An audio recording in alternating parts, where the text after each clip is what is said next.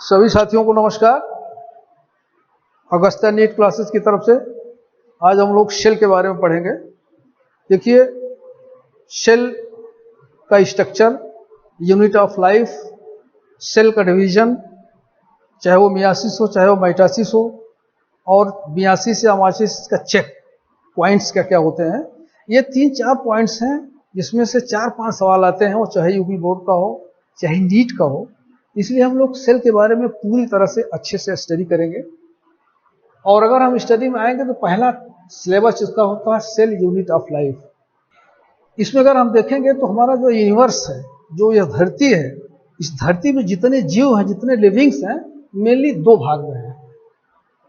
या तो प्लांट है या तो एनिमल है। अगर वो प्लांट है तो हो सकता है कि यूनिसेलुलर हो या मे बी मल्टीसेलुलर हो। अगर वो एनिमल है तो हो सकता है कि यूनिसेलुलर हो या मल्टीसेलुलर। दोनों ही स्थितियों में लिविंग्स है, चाहे वो एक सेल का हो चाहे वो कई सेल का हो, और दोनों स्थितियों में वो अपनी लाइफ साइकिल पूरा कर रहा है। अगर लिविंग्स को हम नीचे देखेंगे तो इसकी एक बॉडी होती है, चाहे वो एक सेल की हो चाहे वो एक से ज्यादा सेल की हो, लेकिन उसका स्ट्रक्चर बॉडी का होता है। अगर वो बॉडी है तो उसके मेनली 2 काम है। उसका एक स्ट्रक्चर है और उस स्ट्रक्चर का फंक्शन है, तभी जाकर के बॉडी लिविंग होती है। और अगर हम ये भी देखें, इसके नीचे अगर हम आएंगे तो ये बॉडी आर्गन से मिलकर बनी होती है। For example respiratory system, digestive system, skeletal system, ये जितने सिस्टम हैं शरीर में, जितनी फंक्शन हो रहे हैं, सब किसी न किसी आर्गन से डील हैं। और इन आर्गन को मिलकर के हमारी शरीर की रचना होती है। और अगर हम नीचे डिटेल में जाएंगे तो ये बॉडी जो है वो आर्गन जो है वो टिश्यू से मिलकर बना होता है, और नीचे जाएंगे तो टिश्यू सेल से मिलकर बना होता है। यानी तात्पर्य कहने का मतलब है कि एक सेल है जो बेस है, यूनिट है, वो कई सेल मिलकर के टिश्यू बना रहे हैं, और कई टिश्यू मिलकर के आर्गन बनाते हैं, और यही आर्गन मिलकर के बॉडी बनाते हैं। ये बॉडी लिविंग है, वो चाहे प्लांट की हो चाहे एनिमल की हो, चाहे यूनिसेलुलर हो चाहे मल्टीसेलुलर हो। सेल के बारे में अगर देखेंगे तो ये एक सेल वाला जो हमारा जीव होता है वो प्रोटिस्टा या हमारे प्रोटोजोन्स होते हैं। वो एक सेल के स्ट्रक्चर होते हैं, एक ही सेल में उनकी लाइफ साइकिल पूरी होती है। सेल के ऊपर अगर हम उठेंगे तो सेलुलर ऑर्गेनाइजेशन होता है हमारे पोरीफेरा में। पोरीफेरा के हमारे जितने एनिमल्स होते हैं, शाइकन वगैरह, इन सब का टिश्यू नहीं होता, लेकिन सेल का एक ऑर्गेनाइजेशन होता है। इसको पूरी तरह से टिश्यू भी नहीं कर सकते हैं। डिवीजन ऑफ लेबर होता है सेल्स का। तो ये सेल तो नहीं होते हैं, लेकिन टिश्यू में अगर हम आएंगे तो हमारे तीनों फोरा क्लास के जितने भी होते हैं फाइलम के, ये सब के सब इसमें टिश्यू का ऑर्गेनाइजेशन होता है। और इवोल्यूशन के ऊपर जाएंगे तो ऑर्गन सिस्टम, इसके ऊपर जाएंगे तो हमारे इकाइनोडर्मस, अर्थ्रोपोड्स, ये जितने होते हैं सब के सब में आर्गन होते हैं। और आर्गन के ऊपर ये आर्गन मिलकर के हमारी बॉडी बनाएंगे, जैसे वर्टिब्रेट सब लोगों का है। तो ये सेल से शुरू हुआ, पूरी की पूरी बॉडी की रचना हो गई। ये हमारे दोनों फंक्शन कर रहे हैं, स्ट्रक्चर और फंक्शन, सारी शरीर की सारी क्रियाएं इसी में हो रही हैं। तो इसीलिए इसको कहा गया है कि बेस है, यूनिट है। और ये यूनिट स्ट्रक्चर का भी है और फंक्शन का भी है। दोनों ही बेस, दोनों ही यूनिट ये हमारा सेल परफॉर्म करती है। सेल के बारे में स्टडी बहुत मस्त जरूरी है। और सेल के स्टडी के लिए थोड़ा सा और इसके इंफॉर्मेशन के बारे में अगर हम लोग स्टडी करेंगे, ये देखेंगे, देखिए सेल की जो हम लोग स्टडी करते हैं, उस विज्ञान का नाम, उस विज्ञान की ब्रांच का नाम है साइटोलॉजी। बहुत इंपॉर्टेंट ब्रांच है। हम जितने भी स्टडी करेंगे, सेल डिवीजन हो, सेल का स्ट्रक्चर हो, सेल ऑर्गेनेली हो, मियासिक हो, माइटोटिक हो, सेल के बारे में जितने न्यूक्लियस हैं, इन सब का स्टडी एक अलग ब्रांच की साइटोलॉजी है। कभी कभी पूछा जाता है कि सेल की स्टडी किस में किया जाता है, तो सेल की स्टडी हम लोग साइटोलॉजी में करते हैं। एक सवाल और होता है कि सेल की खोज किसने किया। सेल की खोज एक वैज्ञानिक है, रॉबर्ट हुक, इन्होंने खोज किया है, लेकिन इन्होंने डेड सेल को खोज किया। लिविंग सेल के बारे में एंटोइन ल्यूवेनहुक आते हैं, इन्होंने लिविंग सेल के बारे में देखा, स्ट्रक्चर किया और पूरा का पूरा डिटेल उन्होंने बताया। इसलिए इनको लिविंग सेल की डिस्कवरी कहा जाता है। ये डिस्कवर नहीं किया इन्होंने। एक सवाल कभी कभी आ जाता है कि सेल थ्योरी, शेल थ्योरी किसने दिया? Cell theory Schleiden and Schwann ने दिया। ये कभी कभी पूछा जाता है। Law of cell lineage, Rudolf Virchow एक बहुत अच्छे वैज्ञानिक थे, बहुत विद्वान थे, इन्होंने लॉ ऑफ सेल लीनेज दिया। सेल का स्ट्रक्चर और शेप और साइज देखें तो vary to man, animal to animal, छोटा भी होता है, बड़ा भी होता है, जैसा भी एनिमल होगा वो मेन एनिमल के हिसाब से, प्लांट के हिसाब से अलग अलग होता है इसकी शेप और साइज। शेप और साइज जो बताया गया है वो 1 माइक्रोन से 100 माइक्रोन तक होता है।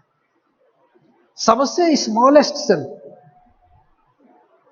स्मॉलेस्ट सेल हमारा माइकोप्लाज्म है।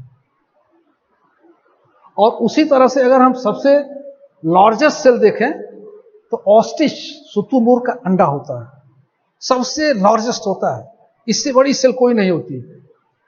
हम लोग अगर अपने केस में, ह्यूमन के केस में अगर हम देखें, कभी कभी सवाल पूछा जाता है इसमें, ह्यूमन का सबसे स्मॉलेस्ट सेल क्या है? तो हमारा जो स्पर्म होता है ये सबसे स्मॉलेस्ट सेल है। उसी तरह से ह्यूमन के बारे में सबसे लार्जेस्ट सेल क्या है? वो हमारा ओवम है। अगर हम सेल के बारे में देखें सबसे लॉन्गेस्ट सेल क्या है, तो हमारा नर्व सेल न्यूरॉन्स है। और न्यूरॉन्स के बारे में भी जानिए कि कभी डिवाइड नहीं होती है, इसका डिवीजन कभी नहीं होता है। एक बार जो जितना संख्या इसकी हमारे शरीर में बन गई वो अस्थायी हो जाती है, फिर इसका डिवीजन नहीं होता है। सबसे तेज डिवीजन सेल में जो होता है हमारी स्किन का होता है, लिम्फोसाइट्स के होते हैं, बहुत रैपिडली डिवाइड होती हैं, वो आधे घंटे 20 मिनट में भी डिवाइड होकर के दूसरा सेल बना लेती हैं। सबसे स्लो डिवीजन हमारे हार्ट और लीवर सेल्स का होता है, बहुत स्लो डिवीजन होता है, नियरली 9 के बराबर होता है। कभी कभी इसमें डिवीजन होता है जब कोई आवश्यकता पड़ती है। तो इस तरह से हमारे सेल के बारे में जो कुछ सारी इंफॉर्मेशंस थे, ये कभी कभी सवाल पूछा जाता है, इसके बारे में हम लोगों ने स्टडी कर लिया। थोड़ा सा हम लोग अगर सेल के स्ट्रक्चर के बारे में अगर आप देखेंगे, देखिए सेल हमारी 4 टाइप की होती है, prokaryotes, eukaryotes, animal cell, plant cell. लेकिन यहाँ थोड़ा स्टडी हम करेंगे एनिमल सेल के बारे में, इसके बाद में हम लोग डिटेल में यूकैरियोट्स, प्रोकैरियोट्स के बारे में स्टडी करेंगे। जब हम एनी सेल के बारे में, एनिमल सेल के बारे में अगर हम देखें, सबसे चारों तरफ एक बाउंड्री से सेल घिरी होती है, एक लेयर होती है जिसको प्लाज्मा मेम्ब्रेन कहते हैं। ये डबल लेयर होती है, लिपोप्रोटीन की बनी होती है। हम लोग इसका आगे चल के डिटेल स्टडी करेंगे। ये होती है प्लाज्मा मेम्ब्रेन। अगर हम देखें एनिमल प्लांट सेल में ना, तो इसके चारों तरफ एक सेल वॉल होती है, सेलुलोज बनी होती है, वो एनिमल सेल में नहीं होती है। मेजर डिफरेंस होता है एनिमल सेल प्लांट सेल में। चारों तरफ से ये लिपोप्रोटीन की बनी प्लाज्मा मेम्ब्रेन है। बीच में अगर हम देखेंगे तो न्यूक्लियस होता है, सेंटर में होता है, सेल के बिल्कुल सेंटर में होता है। अगर वो प्लांट है तो सेंटर में नहीं होता है, थोड़ा सा किनारे हट के होता है, क्योंकि सेल के अंदर वैक्यूल्स होती हैं, वो किनारे कर देती है न्यूक्लियस। एनिमल्स के सेल में ये हमारा न्यूक्लियस बिल्कुल सेंटर में होता है। न्यूक्लियस और प्लाज्मा मेम्ब्रेन के बीच में देखेंगे कि लिक्विड होता है कोलाइट, जिसको हम लोग साइटोप्लाज्म कहते हैं। कभी कभी कंफ्यूजन होता है साइटोप्लाज्म और प्रोटोप्लाज्म। साइटोप्लाज्म जो होता है वो न्यूक्लियर मेम्ब्रेन और प्लाज्मा के बीच में होता है, उसको हम साइटोप्लाज्म कहेंगे। लेकिन हम इसी को अगर प्रोटोप्लाज्म कहें तो ये न्यूक्लियस के अंदर जो पाने वाला है न्यूक्लियोप्लाज्म और साइटोप्लाज्म, दोनों को मिला करके हम प्रोटोप्लाज्म कहते हैं। तो बीच में ये हमारा साइटोप्लाज्म होता है, ये मूव करता रहता है, मूवमेंट इसमें होता है, साइक्लोसिस होती है। और ये प्रोटीन्स, वाटर्स, एंजाइम्स, इन सब का इसमें, इस सब का बना होता है हमारा ये साइटोप्लाज्म। इसी साइटोप्लाज्म में सेल ऑर्गेनेली हमारे रहते हैं, मूव करते रहते हैं। फॉर एग्जाम्पल हमारा लाइसोसोम है, इसी साइटोप्लाज्म में है, स्ट्रक्चर है। गोल्गी बॉडी है, माइटोकॉन्ड्रिया है, राइबोसोम है, हमारे माइक्रोट्यूबुल्स हैं, हमारे सेंट्रियोल्स हैं, ये सब इसी साइटोप्लाज्म के अंदर रहते हैं। न्यूक्लियर मेम्ब्रेन की जो हमारी आउटर वॉल है, ये फोल्ड होकर के एंडोप्लाज्मिक रेटिकुलम बनाती है और पूरी की पूरी सेल में ये बिखरे होते हैं, जिससे ये न्यूक्लियस, हमारे न्यूक्लियस का जो है प्रोटेक्शन देते रहते हैं, बीच में ही रहता है। एंडोप्लाज्मिक रेटिकुलम 2 तरह का होता है, एक होता है स्मूथ, दूसरा होता है रफ। राइबोसोम्स अगर इसके ऊपर अटैच है तो रफ हो गया, अगर राइबोप्लाज्म नहीं है राइबोसोम तो ये स्मूथ हो गया हो। तो ये एंडोप्लाज्मिक रेटिकुलम दो तरह से, दो प्रकार के होते हैं और साइटोप्लाज्म में मूव करते रहते हैं। न्यूक्लियस के अंदर थोड़ा सा अगर हम देखें तो चारों तरफ से ये भी डबल मेम्ब्रेन से होती है और बीच बीच में इसके पोर होता है जिसको न्यूक्लियो पोर कहते हैं। हम लोग डिटेल में न्यूक्लियस पढ़ेंगे। इसके अंदर एक लिक्विड होता है जिसको हम न्यूक्लियोप्लाज्म कहते हैं। इसी न्यूक्लियोप्लाज्म में न्यूक्लियोलस भी होता है किनारे,